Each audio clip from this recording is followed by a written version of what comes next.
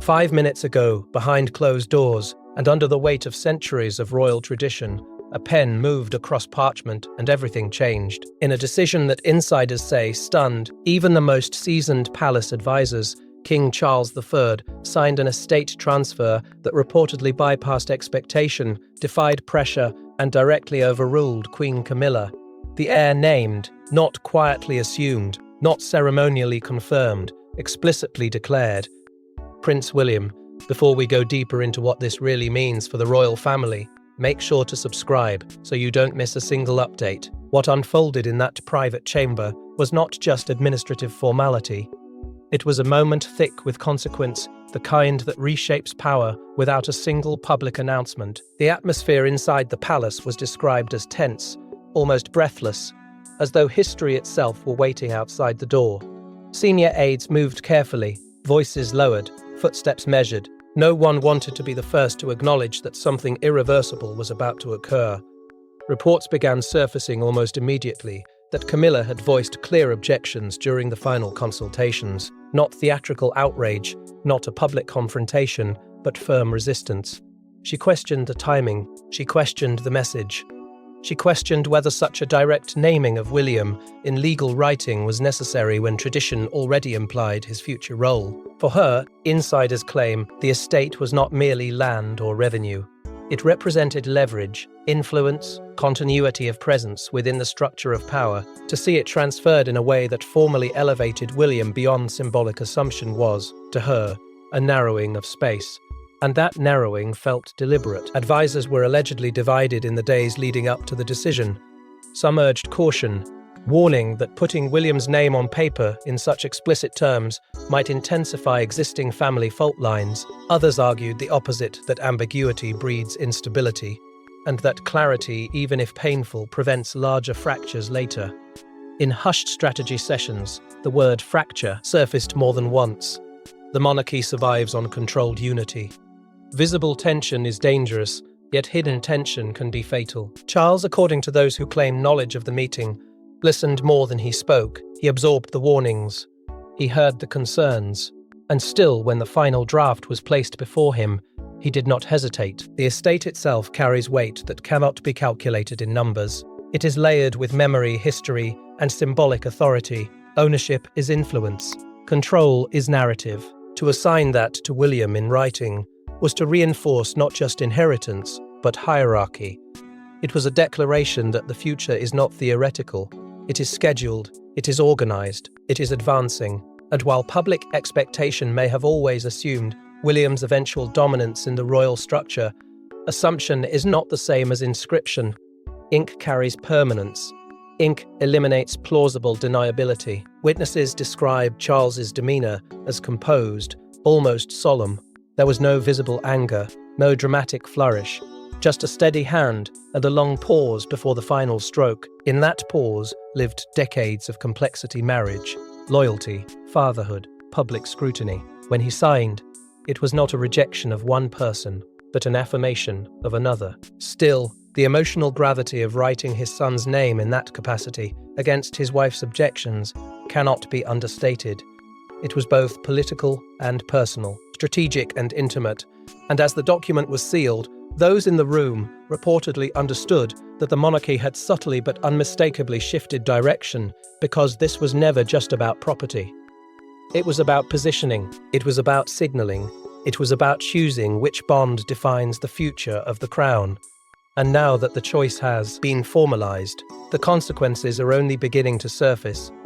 But to understand why this signature mattered so profoundly, we must go back to the quiet struggle that had been brewing long before the ink ever touched the page. For years, whispers echoed through palace corridors that Camilla had been quietly consolidating influence, shaping access, guiding decisions, and protecting interests that extended far beyond ceremony. Those whispers grew louder in recent months, as insiders hinted at tensions over inheritance, estates, and legacy. And when the king's pen hovered over that decisive document, it wasn't just paper at stake, it was control. The narrative presented to the public had always been one of harmony, of steady partnership, of shared purpose. But beneath that polished surface, a different story was unfolding, one shaped by proximity to power, and the quiet understanding that influence inside a monarchy is rarely accidental. Those close to the inner circle began to notice patterns, advisory appointments that seemed minor at first, subtle shifts in who had access to the king's schedule, private briefings that excluded some while elevating others. None of it dramatic enough to trigger alarm, yet deliberate enough to suggest strategy. Allies aligned with Camilla reportedly found themselves positioned near crucial conversations, offering counsel not just on public engagements, but on long-term legacy planning. It was not open defiance. It was architecture carefully constructed, brick by brick. At the heart of the tension lay the estate. To the outside world, it might appear as property valuable, historic, prestigious, but within royal hierarchy, ownership of such a place carries layered meaning. Estates are anchors. They symbolize permanence, legitimacy, and proximity, tied to future authority. To influence their allocation is to shape the emotional map of succession, and in private discussions, disagreement over that allocation grew sharper. Charles, according to insiders, leaned increasingly toward clarity and consolidation. Camilla, however, reportedly pressed for balance, arguing that stability required shared footing, not concentrated control. Behind these policy disagreements ran something far more human: fear. Not fear of scandal or headlines, but fear of gradual marginalization for a woman who had fought years of public scrutiny to claim her place beside the king. The prospect of being quietly edged towards ceremonial irrelevance carried emotional weight. Influence once secured can feel fragile when succession planning accelerates. Each conversation about future readiness sounded, to some, like coded language for transition. And transition, in royal terms, rarely leaves space for equal standing. The contrast between public unity and private rivalry became harder to ignore. At official events, the image remained seamless: measured smiles, coordinated messaging, synchronized appearances.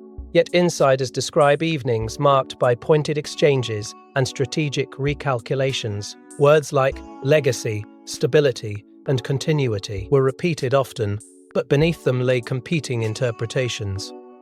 Was legacy best protected through gradual integration of William's authority, or through preserving a balanced structure where Camilla's voice remained central? The debate was never announced, yet it intensified quietly. In the final days before the signing, objections reportedly sharpened.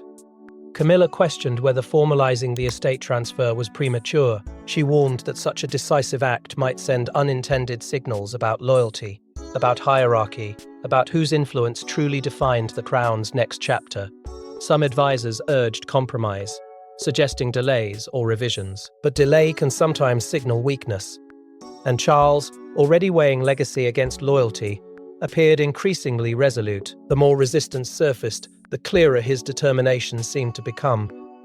What makes this struggle so compelling is not simply the political maneuvering, but the emotional undercurrent of belonging and displacement. To fight for influence is to fight for identity within a structure that rarely tolerates ambiguity. And as the pressure mounted, the palace felt less like a unified institution and more like a chessboard, where every move carried symbolic consequence. The whispers were no longer faint. They were focused, urgent, impossible to dismiss. Yet, while Camilla fought to protect what she believed was rightfully hers, another figure had been quietly preparing for a destiny he never openly demanded, he never asked for it, at least not publicly. But destiny has a way of circling those born closest to the throne. As palace tensions rose, William stood in measured silence, steady, composed, almost distant. Insiders now claim that while others maneuvered behind doors, he remained focused on duty. And that restraint may have sealed his fate as the named heir in the most controversial estate decision in years. While whispers of influence and resistance swirled around him, he did not rush forward to claim advantage. He did not issue statements. He did not position allies. Instead, he did what he has been trained to do since childhood: observe, prepare, endure. For years, William's reputation has been built not on spectacle, but on discipline. Those who have worked alongside him describe a man who thinks in decades, not headlines. He studies patterns. He listens more than he speaks. In moments of internal friction, that kind of patience can look like detachment. But patience is not weakness. It is strategy stretched over time. As tensions escalated between his father and Camilla, William reportedly maintained distance from the dispute, refusing to publicly align himself with either side. That silence was not accidental, it was deliberate, almost surgical. By avoiding visible ambition, he shielded himself from accusations of opportunism while quietly reinforcing the inevitability of his role. Behind closed doors, however, father and son were meeting. Not for ceremonial briefings, but for conversations described as candid and unguarded. Insiders suggest that in the weeks leading up to the estate decision, those discussions grew longer, more reflective. They spoke of stability, of public trust, of how fragile continuity can feel in uncertain times. Charles, aware of his own place in history, reportedly questioned what kind of foundation he was leaving behind. William, conscious of the weight attached to every gesture, did not push. He listened, he absorbed, and in that restraint, he projected something powerful: readiness without aggression. Yet readiness comes with emotional cost. To step forward as named heir in writing, particularly against the objections of a stepmother who has fought fiercely for her own standing, is not a neutral act. It forces a line in the sand. William understood that formal recognition would not just strengthen his authority, it would intensify existing tensions. Loyalty to his father meant accepting the decision, respect for Camilla required restraint, and somewhere between those two obligations lay an internal conflict few could truly comprehend. To embrace destiny is one thing, to do so knowing it sharpens division is another. The estate transfer did more than assign ownership. It reinforced the symbolism of direct bloodline succession. It sent a message that continuity flows forward, not sideways, that the future rests with the next generation in an unbroken chain. For supporters, it was reassurance. For critics, it was consolidation. But for William, it was confirmation that preparation had shifted into permanence. The abstract concept of eventual kingship had just been grounded in legal reality. And still, he did not celebrate. There were no triumphant declarations, no subtle displays of dominance. Just the same measured presence, the same controlled composure. Because he knows something others may overlook, inheritance is not victory. It is obligation, and obligation, once formalized, reshapes every relationship within the palace walls. The question now is not whether William is prepared, but what exactly he has been handed, because beneath the legal language and historic symbolism lies something far more charged than property alone.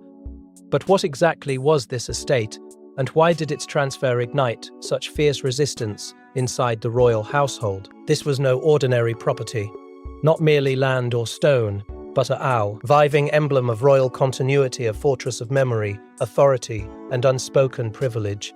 To control it was to shape narrative, to influence tradition, to anchor legitimacy. And when Charles transferred this estate directly to William, he didn't just sign away assets, he redirected the symbolic heart of royal inheritance. For generations, this estate had stood as more than a residence. It carried the quiet weight of sovereign presence, the echo of decisions that shaped the monarchy's direction, the subtle reminder that power within the crown is often rooted in place as much as in title. To possess it was to hold a key to continuity.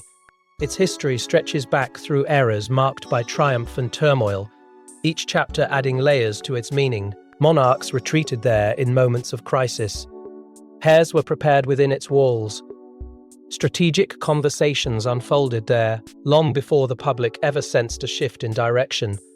The estate became intertwined with perception itself. When the sovereign stood there, the message was stability. When the heir was seen there, the message was inevitability. In that sense, ownership was never neutral. It was narrative control wrapped in tradition. Public perception, though rarely addressed directly in royal documentation, has always shaped survival. The monarchy exists not only by lineage, but by belief, by the shared understanding that continuity is secure. This estate symbolized that security. To formally assign it to William signaled more than generational planning. It signaled acceleration. It suggested that the future was no longer abstract, but actively unfolding. Supporters interpreted it as reassurance.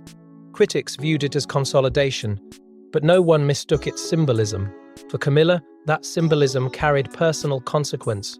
As Anne's queen consort, her influence flows through proximity to the reigning monarch. But estates like this one serve as quiet anchors of influence long after ceremonies end.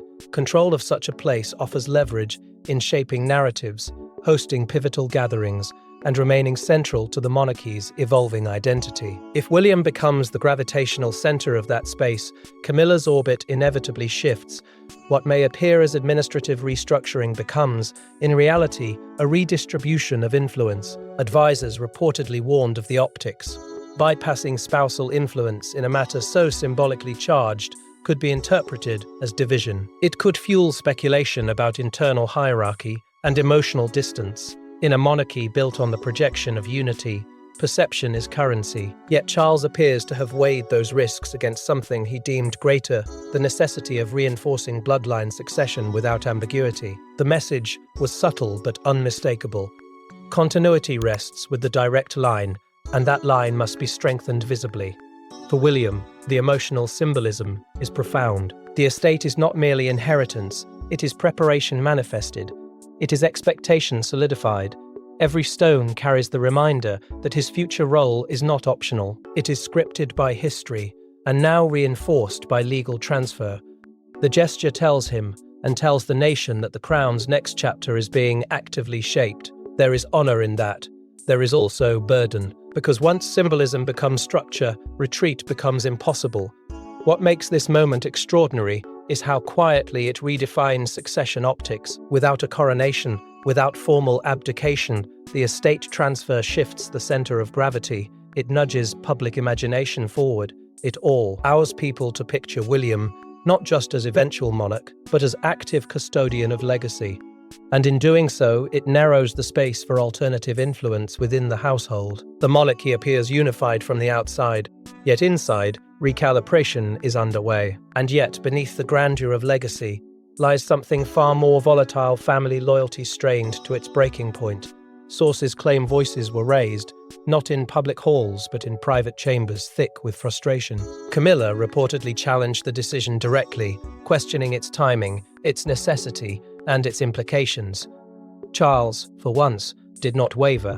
What unfolded in that room may never be officially acknowledged, but insiders suggest it was the most emotionally charged confrontation of his reign so far. The air between them, according to those who later pieced together fragments of the exchange, carried years of loyalty, sacrifice, compromise, and suddenly, accusation. This was no polite disagreement over scheduling. This was a reckoning over direction. At the heart of the argument lay a single devastating contrast: loyalty versus legacy. Camilla is said to have framed her objection not as resistance to William, but as defense of balance. She reportedly questioned whether formalizing the estate transfer in such explicit terms signaled a shift that diminished her standing. After years of standing beside Charles through scrutiny and criticism, she believed partnership meant shared influence. To see a cornerstone of royal power transferred without her alignment felt less like planning and more like exclusion. It was not just about land, it was about relevance. Charles, however, stood firm. Those familiar with his tone, in moments of resolve, describe it as calm but immovable. He insisted that the decision was about long-term stability, about reinforcing continuity while there was still time to shape it deliberately. The monarchy, he argued, cannot drift into transition. It must prepare for it. In his mind, clarity now would prevent chaos later. The estate, with its layered symbolism, needed to be secured within the direct line. Anything less would invite ambiguity. And ambiguity in a system built on order can be corrosive. Camilla's reaction reportedly moved through stages: shock first, then disbelief, then something closer to anger. Not explosive fury, but controlled intensity. She pressed him on optics, on perception, on what message this would send to those watching closely for signs of internal division. She reminded him of unity, of shared duty, of the image they had worked so carefully to present. But Charles did not retreat. The more the emotional temperature rose, the more his position hardened. To him, retreat would signal doubt, and doubt at this stage was a luxury he believed the crown could not afford. Advisors, alerted by the rising tension, attempted quiet mediation. Conversations splintered into smaller clusters. Some urged compromise, a delay, a revised announcement, a softer framing. Others cautioned that hesitation would only amplify speculation. Behind closed doors, diplomacy became urgent. The goal was not to reverse the decision, but to contain its impact. Yet even the most skilled intermediaries cannot erase what has already been spoken. Once the lines were drawn, they lingered. In the days that followed, subtle shifts emerged within the household. Seating arrangements altered. Briefings became more compartmentalized. Trusted aides seemed to orbit different centers of gravity. Nothing dramatic enough to confirm a fracture, yet noticeable enough to suggest recalibration. The atmosphere cooled, but not in reconciliation. It cooled in distance. The monarchy continued its outward rhythm engagements, statements, appearances, while inside, alignment had quietly reconfigured. What makes this confrontation so significant is not merely that it occurred, but that Charles chose to hold his ground, despite the emotional cost. In doing so, he signaled that the future of the crown now outweighs personal harmony, and when legacy becomes heavier than loyalty, relationships inevitably strain. The estate transfer may have been sealed with ink, but its emotional aftermath is still unfolding, spreading beyond private walls and into a realm far less predictable. But beyond the palace walls, a different storm was gathering, one that neither Charles nor Camilla could fully control. The public may not have witnessed the signature, but they felt its impact almost instantly. Social media erupted. Commentators speculated. Supporters rallied. For many, William represents renewal, stability, and a modern monarchy. For others, the move signaled deep internal fracture. Yet one truth remains undeniable. The people's emotional allegiance has always shaped the survival of the crown. Within minutes of the news circulating through carefully worded briefings and strategic leaks, digital platforms transformed into battlegrounds of opinion. Some called it decisive leadership, others called it calculated sidelining. But almost no one called it insignificant. The reaction was swift because the symbolism was clear. William, already seen by many as the face of the monarchy's future, now appeared firmly anchored at its center. His image carries a different weight than previous generations, less bound by tradition alone, and more intertwined with public expectation of reform, transparency, and relatability. Supporters framed the estate transfer as a necessary step toward modernization, a visible sign that preparation for the next chapter was underway. In that narrative, Charles appeared pragmatic, even courageous, choosing structure over sentiment. Yet not everyone interpreted it as smooth transition. For some observers, the decision hinted at tension that had long been whispered about, but never confirmed. Camilla's complex public image complicated the discourse. While she has secured her place beside the king, her journey has always been shadowed by controversy and divided opinion. The estate transfer reignited those divisions. To her critics, it appeared as proof that influence can shift quickly in royal circles. To her defenders, it felt abrupt, perhaps even unfair. The debate extended far beyond property. It became a referendum on identity within the monarchy. A generational divide quickly surfaced. Younger audiences, often more invested in William's vision of a streamlined and socially engaged crown, expressed approval. They viewed the move as a strategic alignment with the future. Older supporters, more attuned to tradition and continuity of marital partnership, questioned the optics. Should decisions of such magnitude not reflect unity at the top? The contrast revealed something deeper.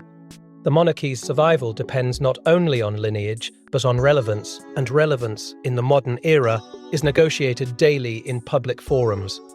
Timing also fueled speculation. The announcement did not arrive during a crisis or scandal.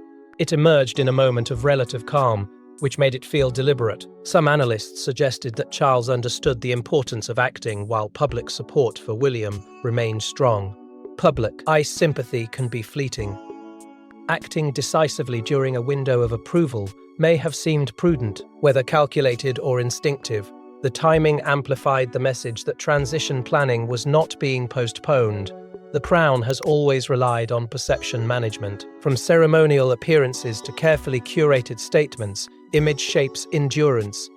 This estate transfer, though administrative in form, became a public signal. It reassured some, unsettled others, and reminded everyone that succession is not a distant abstraction, but a living process. In that sense, Public reaction may have reinforced Charles's resolve. A monarch attuned to history knows that ignoring sentiment can destabilize authority. Listening to it, even subtly, can secure legacy. What now becomes undeniable is that the monarchy's future narrative is already being drafted in the minds of the people. The estate may have shifted on paper, but its emotional meaning is being negotiated in real time across millions of conversations. Applause and criticism alike feed into the same truth. The crown does not exist in isolation. It survives through belief. And belief, once stirred, can accelerate change faster than tradition anticipates. Still, the most profound consequences may not be measured in headlines, but in what this decision means for the future reign itself. At the heart of it all lies a deeply human question. Was this a political move, or a father's quiet admission that time is accelerating? Those close to Charles suggest this was less about defiance and more about preparation, about ensuring continuity, about placing certainty where uncertainty once lingered. In naming William directly through estate transfer, Charles may have revealed more about his private fears than any speech ever could. Beneath the ceremony and strategy, there is a man acutely aware of the clock. A monarch who understands that legacy is not measured in applause, but in what remains stable after he is gone. Age changes perspective, it sharpens focus. It strips away illusions of endless time. Charles has spent decades waiting, observing, preparing for a role that defined his identity long before he ever wore the crown. Now, occupying that role, he faces a different realization. Transition is no longer theoretical. It is inevitable. Those familiar with his recent reflections describe a sovereign increasingly mindful of what must be secured, formalized, clarified. Not because he doubts William, but because he doubts the luxury of delay. The estate transfer, then, becomes more than an administrative act. It becomes acknowledgement. In quiet conversations with trusted confidants, stability reportedly dominated the dialogue. How does one protect an institution that has survived wars, scandals, revolutions of thought? By reducing ambiguity, by reinforcing continuity before uncertainty creeps in. Charles knows the monarchy thrives on predictability. A clear line, a visible plan. By placing William's name in writing, he removed layers of assumption and replaced them with structure. Structure is safety. Structure is message. Yet the emotional symbolism of formalizing succession in this way cannot be separated from its personal cost. To elevate a son explicitly is to define the future. To do so against the resistance of a spouse is to accept relational strain. Charles stood at the intersection of loyalty and legacy. On one side, partnership built over years of scrutiny and survival. On the other, bloodline and the relentless forward pull of history.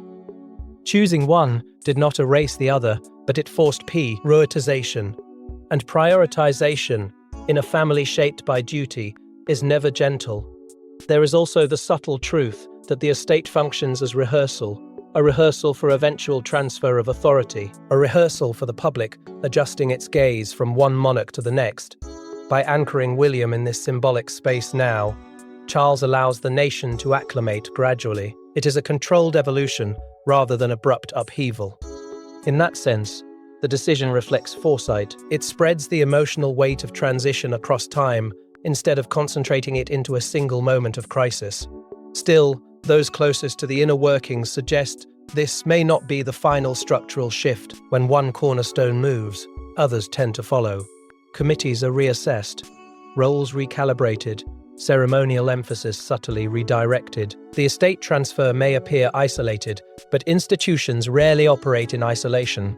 Each decision creates momentum, and momentum, once begun, seeks continuation. What makes this chapter so compelling is not just the act itself, but what it reveals about Charles's inner landscape, a sovereign grappling with mortality, relevance, and responsibility. A father acknowledging that preparation must outpace pride, a husband confronting the limits of shared influence in the face of generational succession. The signature was steady, the reasoning layered, the emotional cost undeniable. And now that the line has been drawn, the monarchy stands at the edge of further recalibration. Because once a line has been drawn in ink, it rarely remains confined to a single document. 5 minutes ago, A signature changed more than ownership, it redrew the emotional map of the monarchy. Camilla's objections did not stop the pen. William's name now carries legal weight beyond tradition, and Charles, whether seen as decisive or divisive, has made one truth unmistakable.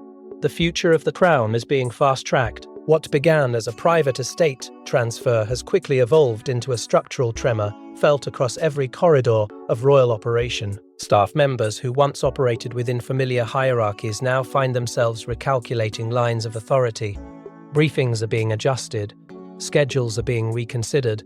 The shift is subtle, but it is undeniable. Inside the institution, ripple effects are already unfolding. Senior advisors who once filtered strategy primarily through the king are reportedly widening their lens, anticipating William's growing influence in matters that extend beyond symbolism. This is how power transitions in monarchies, not with dramatic announcements, but with incremental recalibrations.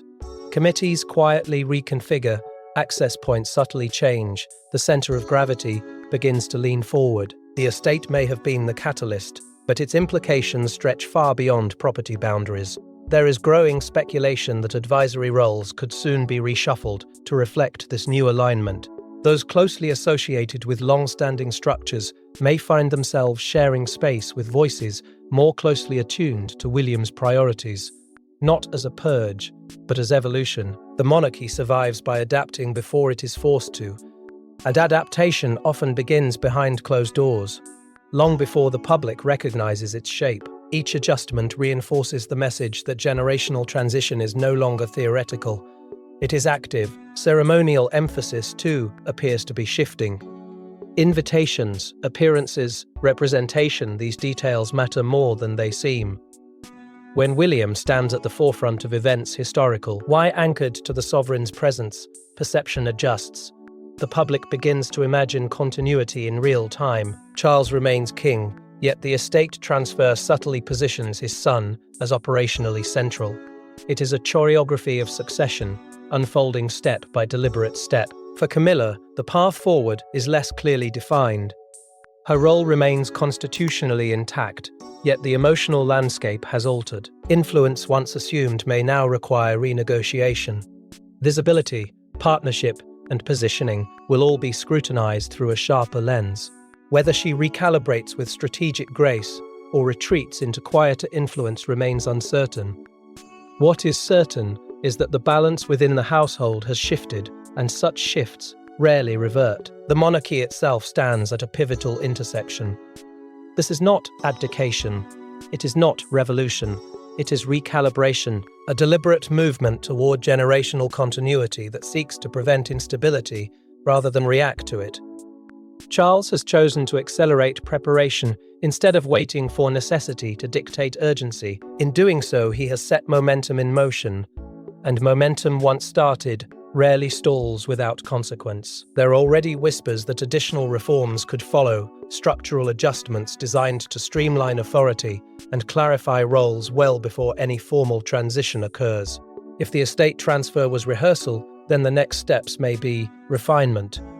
The crown is being repositioned carefully, intentionally, almost quietly, yet quiet does not mean insignificant, it means controlled. What makes this chapter so compelling is not the drama of confrontation, but the strategy of anticipation. A king aware of time, a prince prepared for inevitability, a queen navigating recalibrated influence. The institution endures, but it does not remain static.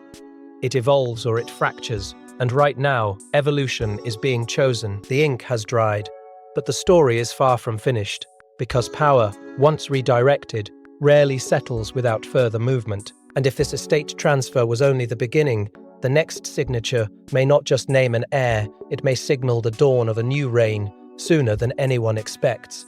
Thanks for watching. Please don't forget to like and subscribe, and we will see you in next one.